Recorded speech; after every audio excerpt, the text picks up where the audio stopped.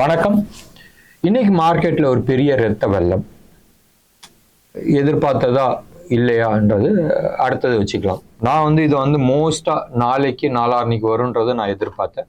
இன்னைக்கு US market எப்படி behave பண்ணுதுன்றது பார்க்கலாம். அதை பேஸ் பண்ணி நம்ம மார்க்கெட் ரியாக்ட் ஆகுன்றது எதிர்பார்த்துடும். பட் யூஎஸ் மார்க்கெட் ஒரு ஃபியூச்சர்ஸ்ன்னு ஒன்று இருக்குல்ல, அதுல காலையில இருந்து அப்படி லேசா ரெட்ல இருந்துச்சு. இதுக்கு முன்னாடி இந்த சைடு நம்மளோட eastern side Hong Kong and China almost 2% minusல இருந்துச்சு. So Hong Kong and China started bleeding 24. எல்லாருமே சொல்ற ஒரே விஷயம் 2024 will be a beginning of end of China. அதாவது சைனாவோட டாமினேஷன்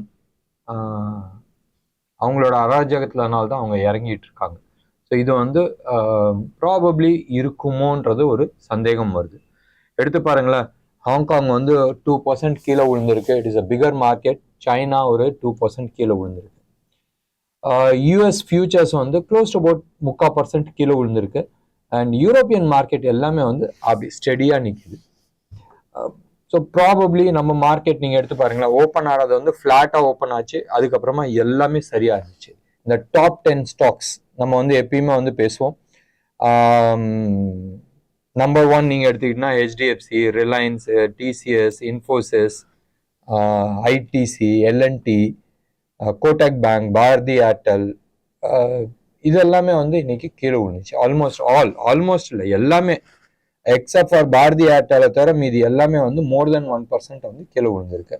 ஸோ ஹெவி வெயிட் மோர் தென் 1% கீழே விழுவுதுன்னா டெஃபினட்டாக பெருசாக கீழே விழுவுறதுக்கான எல்லா இன்கிரீடியன்ஸும் இருக்கு.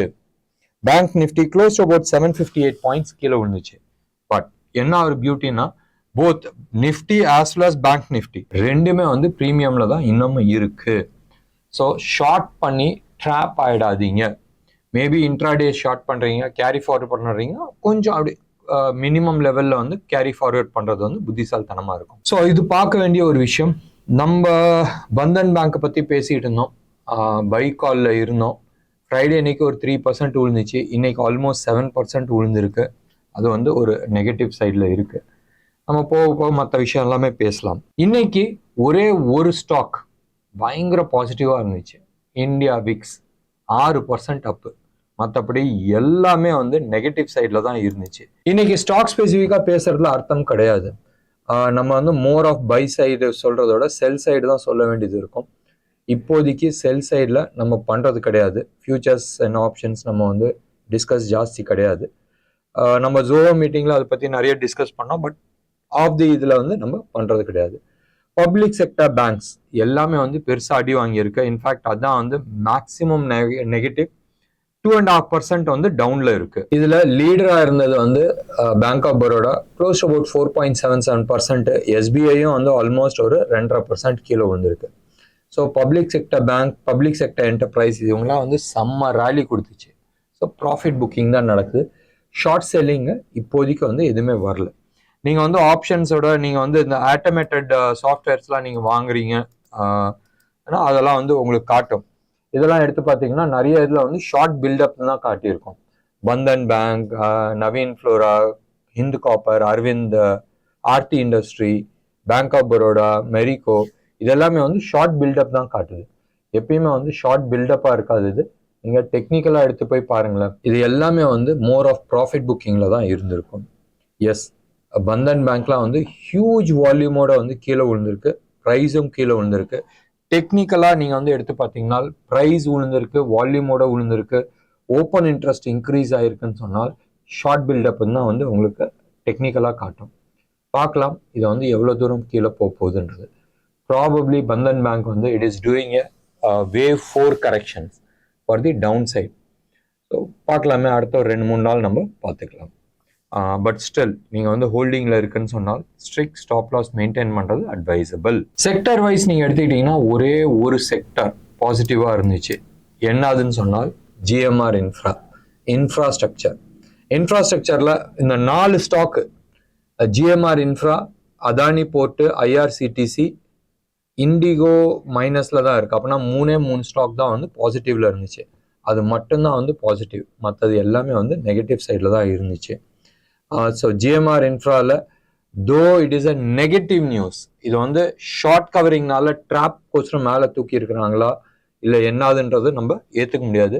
கவர்மெண்ட் ரொம்ப கிளியர் கட்டாக ஜிஎம்ஆர்கிட்ட சொன்னாப்பா பப்ளிக்கிட்ட கேஷ் கலெக்ட் பண்ணுறது நிப்பாட்டு, நீ உனக்கு பணம் தேவைப்பட்டுச்சுனால் நீ எங்கேயாச்சும் கடன் வாங்கிக்க இல்லை ஏதாச்சும் ஒன்று பண்ணிக்க.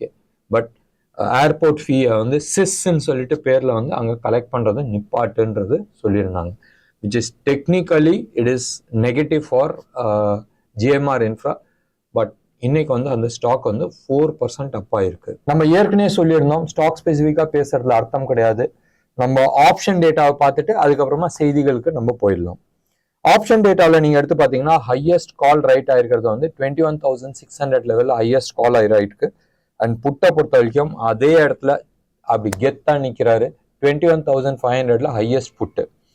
கால் சைடில் ஹையஸ்ட் கால் ரைட் ஆயிருக்கு. க்ளோஸ் அபவுட் 9,16,000 கால் வந்து எக்ஸ்ட்ரா ரைட் ஆயிருக்கு. ப்ராபப்ளி பெருசாக வந்து ஒன்றும் மூவ் கிடையாது. யாருமே கேரி ஃபார்வர்ட் பண்ணல. எல்லாருமே வந்து கவரிங் பண்ணிட்டு தான் உட்காந்துட்டு இருக்காங்க. ப்ராபப்ளி நாளைக்கு ஒரு ரிவர்சல் வரலாம்.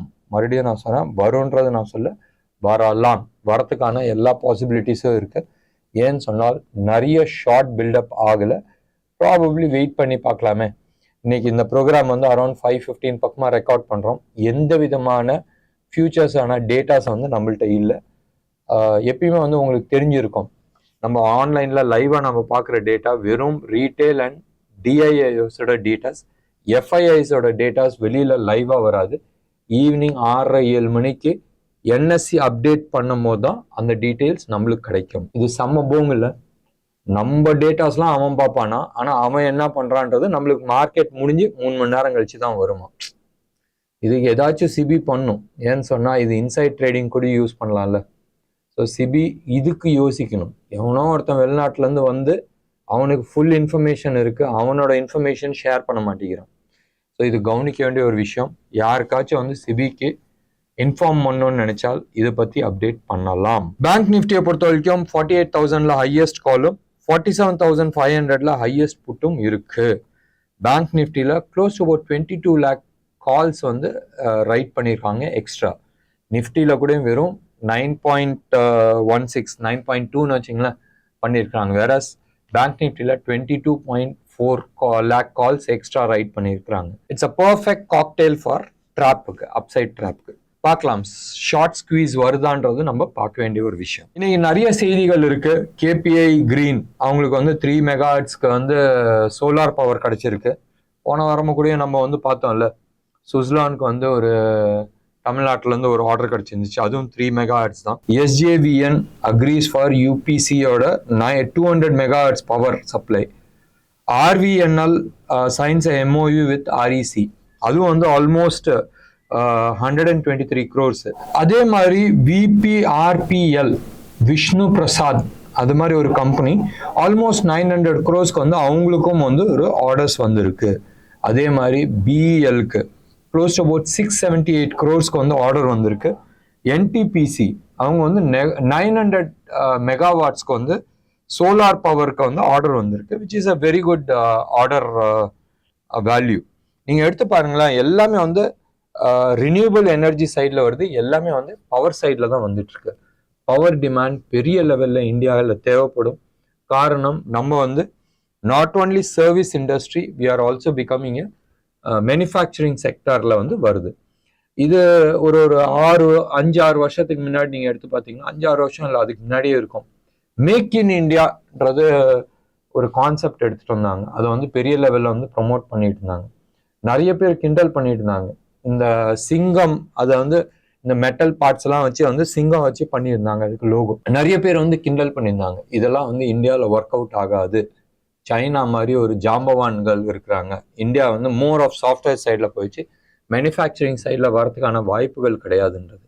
பட் நெக்ஸ்ட் 7 yearsல வந்து நிறைய விஷயங்கள் மாறி இருக்கு. இந்தியா ஒரு மேஜர் மேனுஃபேக்சரிங் ஹப்பா ஆகிறதுக்கான சான்சஸ் இருக்கு. இனிஷியலாக இது வந்து எப்பயுமே நார்மலாக இயற்கையில் என்ன ஆகுது, எப்பயுமே சொட்டாக தான் வரும். அடுத்தது வந்து லேசாக அப்படி ஊத்து போகிற மாதிரி இருக்கும். அடுத்தது தான் ஆறாம் மாறும். ஸோ வெயிட் பண்ணலாம். ப்ராபப்ளி அடுத்த ஒரு 8-10 வருஷத்துல வந்து இந்தியா ஒரு மேஜர் மேனுஃபேக்சரிங் ஹப்பா ஆகிறதுக்கான சான்சஸ் இருக்கு. அட்வான்டேஜ் இருக்குல்ல, 10 சப்பாத்தி போட்டால் 8 இங்கேயே வித்துடலாம்ல. அதே மாதிரி தான் இங்கே ப்ரொடக்ஷன் பண்ணால் இங்கேயே வந்து நிறைய கன்சம்ஷனுக்கான வாய்ப்புகள் இருக்குது. ஸோ மேஜர் எக்கானமிக்கல் சேஞ்சஸ் வரும்போதும் power supply is major issues ஒன்று. ரெண்டாவது, பொல்யூஷனும் அடுத்தது ஜாஸ்தியாகிறதுக்கான சான்சஸ் இருக்குது. ஏற்கனவே பொல்யூஷன் தாங்க முடியல டெல்லியிலையும் சென்னையிலையும், சென்னையில் அவ்வளோ இல்லை, பாம்பேயில், பெங்களூரில். ஸோ பார்க்கலாம் கவர்மெண்ட் வந்து இதை எப்படி ஹேண்டில் பண்ண போகிறாங்கன்றது ஒன்று.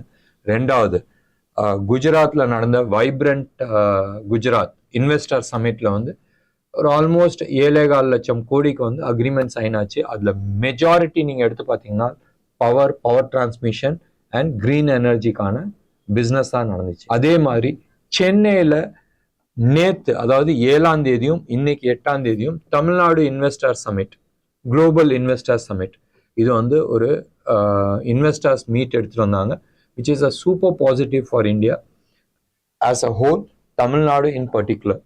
தமிழ்நாட்டிலையும் நீங்கள் எடுத்து பார்த்தீங்கன்னா நிறைய பவர் கம்பெனிஸோட டைப் போட்டிருக்காங்க. Electrical and electronic component manufacturing, அடுத்தது வந்து பேட்ரிஸ், ரைட்.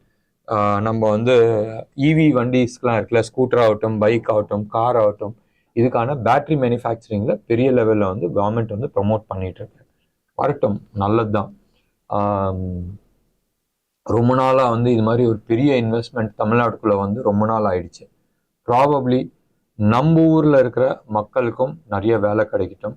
அண்ட் இவென்ச்சுவலி நிறைய ஃபேக்ட்ரிஸ் வரும்போதும் எக்கானமியும் வந்து ரொம்ப நல்லா இருக்கும்.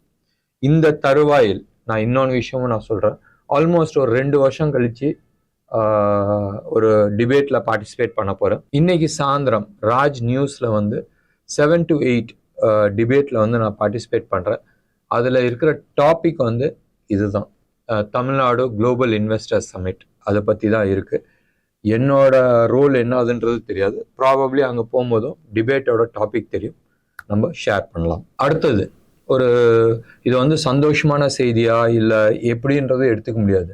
பட் கெத்துன்னு ஒன்று சொல்லுவோம் தெரியுமா? ஆனால் ஒரு சின்னோண்டு நாடு மால்தீவ்ஸ், தேவையில்லாத நம்ம பிரதமரை வந்து கமெண்ட் அடித்து, நீங்கள் பிரதமர்னு எடுத்துக்கிறதோட இந்தியாவோட பிரைம் மினிஸ்டர்னு நீங்கள் எடுத்துக்கிறது வந்து பெட்டர் ஸ்டேட்மெண்ட். ஒன்று, இவர் வந்து ப்ரொமோட் பண்ண போனார் லக்ஷதீப்பை. ஏன் ப்ரொமோட் பண்ணார்? மால்தீவ்ஸ் வந்து இந்தியன் ஆர்மியை வந்து அங்கேருந்து எடுத்துங்க, இந்தியன் நேவி அங்கேருந்து எடுங்க. வந்திருக்கிற புது தலை வந்து சைனா, ப்ரோ சைனா தலை. ஸோ எப்பயுமே இந்த விளையாட்டு நடந்துட்டுருக்கோம், கண்ணாமூச்சி விளாண்டுட்ருக்கோம். இதுக்கு முன்னாடி சைனா இருந்துச்சு, நம்ம ஆள் வந்தோடனே சைனாவை அனுப்பி விட்டு இந்தியா வந்துச்சு. இப்போ அவன் ஆள் வந்தோடனே நம்மள அனுப்புகிறாங்க. ஸோ அதுக்கு வந்து செக்மேட் வைக்கிறதுக்கோசரம் பேசிக்கலி எப்பயுமே எக்கனாமிக்லி தான் செக்மேட் வைப்பாங்க. நீங்கள் வந்து எடுத்து பாருங்களேன், ஆர்டிகல் 370 வந்து ரிமூவ் பண்ணப்போ காஷ்மீரில் தேவையில்லாத மலேசியா வந்து ரொம்ப ஸ்டேட்மெண்ட் கொடுத்துருந்தாங்க. ரொம்ப சிம்பிளாக அங்கேருந்து இம்போர்ட் பண்ணுற ஆயிலை கட் பண்ணாங்க, பாம் ஆயில். எக்கானமியாக அவங்களுக்கு கிராஷ் ஆச்சு. அங்கே இருக்கிற பிரதமரை வந்து காணாமல் போயிட்டாரு, ரைட். சேம் வே மால்தீவ்ஸும் இப்போ நடந்துகிட்ருக்கு. தேவையில்லாத அவங்க வந்து இந்தியாவுக்கு அகெயின்ஸ்டாக கமெண்ட் கொடுத்து 10,000 பேர், ரைட், லாஸ்ட் 2 டேஸில் மட்டும் 10,000 பேர் வந்து கேன்சல் பண்ணியிருக்கிறாங்க அவங்களோட ட்ரிப்பு. இக்னியூண்டு நாடு, நம்ம மிஞ்சி போனால் சென்னை பெருசு கூட கிடையாது. அவங்களோட பாப்புலேஷன்ஸ் ப்ராபப்ளி அசோக் நகர், எங்கள் ஏரியா அசோக் நகர், டி நகர் ஏரியாவை சேர்த்தா எவ்வளோ பாப்புலேஷன் இருக்குமோ அவ்வளோதான் இருக்கும். எக்கானமி 99% வந்து ஒன்லி டூரிசம் பேஸ் பண்ணி தான் இருக்குது. மொத்தமாக வந்து காலி ஆகுது. தேவையில்லாத நினச்சி பாருங்களேன், ஒரு 3 கேரக்டர்ஸ், ரைட், அண்ட் அவங்க வாய் விட்டதுக்கான என்ன பதில் அடின்றது பாருங்கள். எப்பயுமே வந்து கவர்மெண்ட்டில் ஹையர் லெவலில் இருக்கிறவங்க இது மாதிரி வந்து லூஸ் ஸ்டாக்ஸ் வந்து கொடுக்கக்கூடாது. அப்படியே கொடுத்தாலும் அவங்களோட கவர்மெண்ட்டோ இல்லை நம்மளோட கவர்மெண்ட்டோ வந்து அது அரெஸ்ட் பண்ணும். இந்தியாவில் அது மாதிரி லூஸ் ஸ்டாக்ஸ் வந்து நிறைய ஓடிக்கிட்டு இருந்துச்சு. இப்போ ஆஃப் லேட் வந்து ரொம்ப கம்மியாயிடுச்சு. And probably Maldives is one more state our country பெருசாக வந்து அடி வாங்கிறதுக்கான சான்சஸ் இருக்குது. அவங்களோட எக்கனாமிக்கல் பேக்லாஷ் ரொம்ப பெருசாக இருக்கும். அண்ட் பார்க்கலாமே, அடுத்த ஒரு 3 மாதத்தில் அவங்களோட ப்ரெசன்ட் கவர்மெண்ட் கமருதான்றது பார்க்க வேண்டிய ஒரு சமாச்சாரம். உள்நாட்டில் வந்து போர் கூடயும் வரதுக்கான சான்சஸ் இருக்குது. ஸோ நம்ம வந்து நம்ம ஊர் சமாச்சாரத்தை பார்க்கலாம். குவார்ட்டர்லி ரிசல்ட்ஸ் வர ஆரம்பிச்சிருச்சுல. நீங்கள் வந்து 11th இன்னைக்கு நீங்கள் எடுத்துக்கிட்டீங்கன்னா டிசிஎஸ், இன்ஃபோசிஸ், ஹெச்டிஎஃப்சி, ஏஎம்சி இவங்கெல்லாம் வந்து வராங்க. ஸோ செம்ம விளையாட்டு இருக்கு. Probably by this week itself. Next வீக்ல இருந்தால் நிறைய பேர் வந்து ரிசல்ட்ஸ் கொடுப்பாங்க. இன்னைக்கா இல்லை நேற்று பேப்பரான்றது தெரியல, ஹெட்லைன்ஸில் போட்டுருந்துச்சு. நம்ம கம்பெனிஸ் எல்லாமே இந்தியாவில் இருக்கிற டாப் கம்பெனிஸ்லாம் செம்ம ரிசல்ட்டோட வராங்க, சூப்பர் டூப்பர் ரிசல்ட்டாக இருக்குன்ற மாதிரி சொல்லிட்டு இருக்காங்க. ரிசல்ட்டை பார்த்து சூப்பர் டூப்பர் ரிசல்ட்டை பார்த்து மார்க்கெட்டை மேலே தூக்க போகிறாங்களா, இல்லை அடுத்த குவார்ட்டருக்கான கைட்லைன்ஸ் கொடுப்பாங்களே, அடுத்த குவார்ட்டர் வந்து அவ்வளவா நல்லா இருக்காது, சுமாராக இருக்கும், இல்லை நெகட்டிவாக இருக்கும்ன்றது சொல்றதுனால மார்க்கெட்டை கீழே அடிக்க போகிறாங்கன்றது பார்க்க வேண்டிய ஒரு விஷயம். ஸோ இந்த விஷயத்த மட்டும் கவனிச்சுக்கிறது புத்திசாலித்தனம். அடுத்தது ஃப்ளிப்கார்ட் ஒரு 7% கட் பண்ண போகிறாங்களாம். என்ன அது? டிஸ்கவுண்ட் இல்லை, ஆளுங்களை, ஒர்க் ஃபோர்ஸ். அவங்க வந்து க்ளோஸ் டு அபவுட் ஒரு 22,000 பேர் அவங்கள்ட்ட ஒர்க் பண்ணுறாங்க. அதில் ஒரு 1,500 பேரை வந்து வேலையை விட்டு எடுக்க போகிறாங்க. இது வந்து ஒரு மேஜர் இஷ்யூ ஆகிட்டு இருக்கு. இந்த சப்ஜெக்ட் பற்றி நான் தனியாக ஒரு வீடியோ பண்ணலான்னு இருக்கேன். நிறைய பேர் ஒரு மாதம் 1-1.5 லட்ச ரூபா சம்பாரிச்சிட்டு இருக்காங்க. அவங்க வந்து இஎம்ஐ நிறைய போகுது. ஞாபகம் வச்சுங்க, 1.5 லட்ச ரூபா சம்பாதிக்கிறாங்க, இஎம்ஐ ஆல்மோஸ்ட் 60, 70, 80,000 ரூபான்றது போயிட்டு இருக்கு. அப்படி போயிட்டு இருக்கும் போதும் என்ன நடக்குது, டப்புன்னு வந்து இவங்க வேலை விட்டு நிற்கும் போதும் இந்த இஎம்ஐ எல்லாமே அடி வாங்குது. ரைட்? அப்போ இவங்களோட ப்ரெஷர் என்ன இருக்குன்றதை நினச்சி பாருங்களேன். ஒருத்தர் ஒரு வீடு வாங்குறாரு, 1 கோடி ரூபா, ஒரு 20-25 லட்ச ரூபா வந்து டவுன் பேமெண்ட் பண்ணுறாங்க. அடுத்த ஒரு 20 மாதம் வந்து மாதம் 75,000 ரூபா பணம் கட்டிட்டு இருக்காங்க. ரைட்? திடீர்னு வந்து இவங்களுக்கு வேலை போயிடுது. ஒரு 2 மாதம் அப்படி பெரட்டி பண்ணிடுவாங்க. அந்த 2-3 மாதம் பெரட்டி பண்ணிட்டு கையில் கேஷ் இல்லாத போதும் கஷ்டமாக இருக்குல்ல. இதுக்கு தான் ஃபைனான்ஷியல் பிளானிங் வேணுன்றது. ஸோ ஃபைனான்ஷியல் பிளானிங் பற்றி எக்ஸ்க்ளூசிவாக சில வீடியோஸ் பண்ணலான்றது பார்த்துட்டு இருக்கேன். எங்கெல்லாம் வந்து நம்ம பிளான் பண்ணிக்கணும்ன்றது யோசிக்க வேண்டிய ஒரு விஷயம். நான் மற்றவங்க மாதிரி ரொம்ப கன்சர்வேட்டிவாக நான் வந்து யோசிக்க மாட்டேன், அக்ரெசிவாக வந்து யோசிக்கலாம். ப்ரோ ஆக்டிவாக தான் யோசனை பண்ணி ஆகணும். அப்படி தடவி கொடுக்குற மேட்ரு கிடையாதுல்ல. இதெல்லாம் வந்து சீரியஸ் சப்ஜெக்ட். ஸோ டெஃபினட்டாக மோஸ்ட்டாக யங்காக இருக்கிறவங்க, யங்குன்னா நான் வந்து சொல்கிறது 25-30 அந்த ரேஞ்சில் கூட நான் சொல்ல, 25லேருந்து 35-40 வயசு வரைக்கும் நம்ம வந்து பக்காவாக பிளான் பண்ண முடியும். 40க்கு மேலே போகும்போது கொஞ்சம் வேற மாதிரி பிளான் பண்ணணும். இன்ஃபேக்ட் அதுக்கு மேலே இருக்கிறவங்களுக்கும் வந்து ஃபைனான்ஷியல் பிளானிங் பண்ணலாம், எஸ்டேட் பிளானிங் பண்ணலாம். எஸ்டேட் பிளானிங்னா எனக்கு அப்புறமா என் குடும்பத்துக்கு என்ன விட்டுட்டு போகிறோம், தமிழில் உயிலுன்றோம்ல, அது மாதிரி. அந்த உயில வந்து எழுதுறதுன்றது வேற, அது பிளான் பண்ணுறதுன்றது ஒரு சமாச்சாரம். ஸோ இது வந்து நம்ம யோசிக்கலாம்.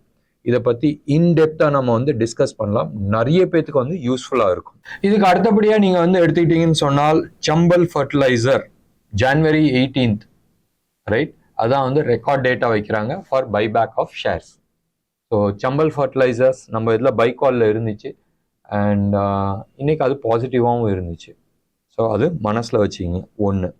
2வது, குர்காம். நம்ம ஊரில் காசு இல்லைன்றது நிறைய ஒரு சைடு அழுதுட்டு இருக்காங்க. குர்காவில் வந்து ஹை அண்ட் ப்ராப்பர்ட்டிஸ், ரைட்? 1200 கோடி 3 நாளில் விற்று போச்சுங்க. எவ்வளோ? 3 நாளில் வந்து 1200 கோடி ரூபா வர்த் ஆஃப் ப்ராப்பர்ட்டிஸ் விற்று போச்சு. 1.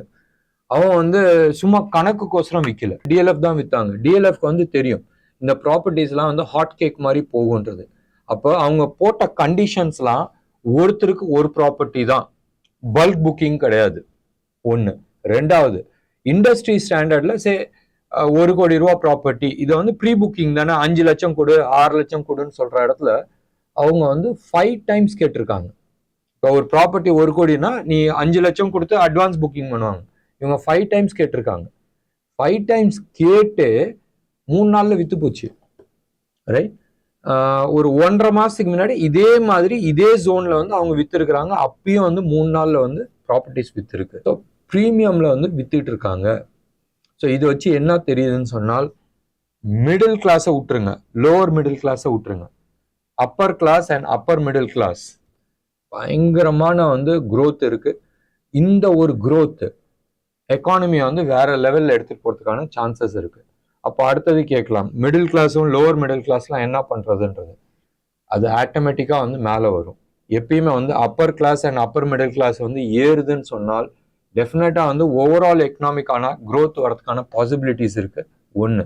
ரெண்டாவது, இப்படி எடுத்து பாருங்களேன், இந்த பர்டிகுலர் கம்யூனிட்டி இந்தியாவில் வந்து ஒரு 5% இருக்கிறாங்கன்னு வச்சுங்க, ரைட்? 130 கோடியில் 5%ன்றது என்னாச்சு? Almost we are talking about ஒரு 6-6.5 கோடி மக்கள் நம்ம பேசுகிறோம். 6.5 கோடியை வந்து அப்படியே டிவைட் பண்ணுங்களேன், ஒரு ஃபேமிலிக்கு வந்து 4ன்னு நீங்கள் போடுங்க. So we are talking about somewhere close about ஒரு 1.5-2 கோடி மக்கள் வந்து இருக்கிறாங்க who can afford on the upper சைடில். இன்னைக்கு வந்து இந்த ஹை கிளாஸ் மட்டும் இல்லை, வி ஆர் டாக்கிங் அபவுட் இந்த மிடில் கிளாஸில் அப்பர் மிடில் கிளாஸும் அந்த ஹை கிளாஸ் பக்கம் போயிட்டு இருக்காங்க. டிஎல்எஃப்ல இருக்க ப்ராப்பர்ட்டி ரேட் வந்து 7 கோடியிலேருந்து 25 கோடி ஆவரேஜ் ப்ரைஸிங்.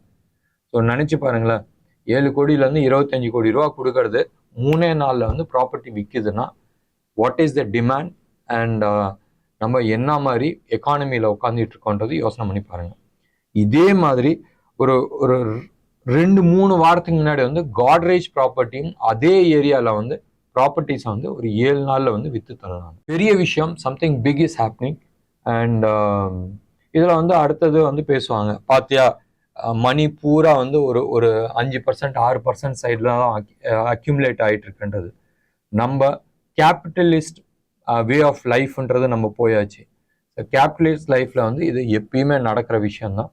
சோஷியலிசம்ன்றது ஃபெயிலியர் ஆயிடுச்சு, ரைட்? கம்யூனிசம்ன்றது அட்டர் ஃபெயிலியர் ஆயிடுச்சு. இன்னைக்கு உலகத்திலே இருக்கிறதுலே பிக்கஸ்ட் கேபிட்டலிஸ்ட் யாருன்னு சொன்னால் சைனாவாக இருக்கும். அண்ட் பிக்கஸ்ட் சோஷலிஸ்ட் யாருன்னு சொன்னால் அமெரிக்காவாக இருக்கும். அவங்க தான் வந்து ஃப்ரீயாக வந்து நிறைய விஷயத்த பண்ணிட்டு இருக்காங்க. நம்ம இந்த பாலிடிக்ஸ்குள்ளே போக வேணாம். நம்ம வந்து இன்னைக்கு ஸ்டாக் ஸ்பெசிஃபிக்காக டிஸ்கஸ் பண்ணானா நாளைக்கு வந்து டெஃபினட்டாக 3 விஷயத்த நம்ம டிஸ்கஸ் பண்ணலாம். எந்த ஸ்டாக்கை எக்ஸிட் பண்ணலான்றது டிஸ்கஸ் பண்ணலாம், எந்த ஸ்டாக்கை நீங்கள் ஷார்ட் பண்ணலான்றது நம்ம பிளான் பண்ணலாம், அதே மாதிரி எந்த ஸ்டாக்கை நம்ம பை பண்ணலான்றது நம்ம பிளான் பண்ணலாம். இது எல்லாமே வந்து இன்னைக்கு ஈவினிங் டேட்டாஸ் அண்ட் நாளைக்கு என்ன டோன் செட் ஆகுதுன்றதை நம்ம பேஸ் பண்ணி நம்ம பண்ணலாம். அது வரைக்கும் என்ன பண்ணலாம்? லைக் பண்ணுங்க, ஷேர் பண்ணுங்க, டெஃபினட்டாக உங்களோட கமெண்ட் பாக்ஸில் கொடுங்க. நன்றி, வணக்கம்.